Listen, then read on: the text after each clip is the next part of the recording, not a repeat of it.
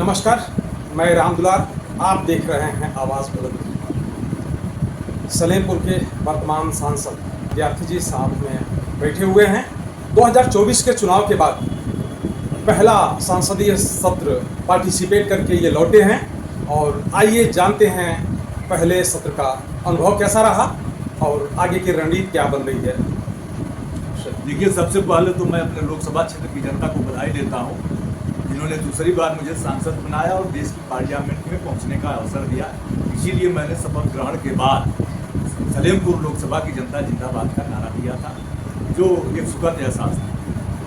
जहाँ तक पार्लियामेंट का सवाल है, पहली बार सत्ता को एक मजबूत विपक्ष मिला।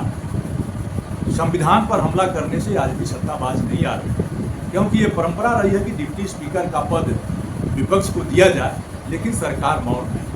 अग्निवीर के सवाल पर विपक्ष चाहता था, पहले दिन हम लोगों ने सदन नहीं चलने दिया। अग्निवीर योजना के नाम पर सरकार झूठ बोल रही है। सरकार अग्निवीरों को शहीदों का दर्जा नहीं दे रही है, नहीं देने को तैयार है, न तो यह योजना खत्म करने को तैयार है। जो चर्चा आई कि परंपरा रही है कि राष्ट्रपति के भाषण के बाद जब प्रधानमंत्री का भाषण होगा, विपक्ष ने इसको माना और मान करके सदन में राष्ट्रपति के भाषण पर 16 घंटे की चर्चा हुई, लेकिन चर्चा अधूरी रही क्योंकि विपक्ष के सभी सांसदों को और सभी दलों के नेताओं को बोलने का अवसर कम मिला। हम लोगों को भरोसा था कि 4 तारीख को अग्निवीर योजना पर चर्चा होगी, लेकिन राष्ट्रपति के धन्यवाद प्रस्ताव पर प्रधानमंत्री के भाषण होने पर सदन स्थगित हो गई सरकार के इशारे। तो सरकार डरी हुई है, यह चलने वाली नहीं, ये गिरने वाली सरकार है।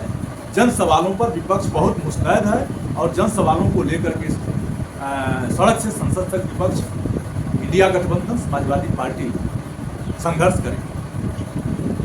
ये जो आम आवाम के कल्याणकारी योजनाएं हैं जो होनी चाहिए सरकार की नीतियां, उस तरह की क्या आपको लग रहा है कि आम आवाम के लिए कुछ कार्य वर्तमान सरकार उतारेगी फील्ड में लोगों के हित में, या क्या योजना? अभी यह सरकार तो निरंकुश हो गई है और मैं अपने संसदीय क्षेत्र में दौड़ा कर सारे थानों में और तहसील में, ब्लॉक में भ्रष्टाचार चरम पर है।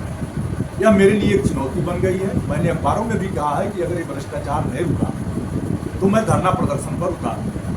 उसी तरह से जो हमारे सड़कों के लिंक मार्ग हैं वो इतने खराब हैं कि कई जगहों पर तो स्कूल में बच्चे जाने बंद कर दिए हैं, क्योंकि रास्ता ही नहीं है और रोज लोग घायल हो रहे हैं। सड़कों का सवाल, उसी तरह से स्वास्थ्य व्यवस्था बिल्कुल चरमरा गई है। हॉस्पिटल में डॉक्टर है तो दवाई नहीं है, संसाधन नहीं है, जिससे लोगों को दूर जाना पड़ रहा है दवा कराने। और उसी तरह से आज बिजली की समस्या है, इसमें बड़ा घपला, क्योंकि जहाँ 100 kV का ट्रांसफार्मर की मांग है वहाँ 63 लगा के रोज बनवाते हैं। जहाँ 63 kV के ट्रांसफार्मर की ज़रूरत है वहाँ 25 kV का ट्रांसफार्मर लगा करके रोज जलवाते हैं, रोज बनवाते हैं। इसी तरह से जहाँ 25 kV की ट्रांसफार्मर की आवश्यकता है वहाँ 10 kV के ट्रांसफार्मर रोज लगाते हैं, रोज बनवाते हैं, रोज उजरता है।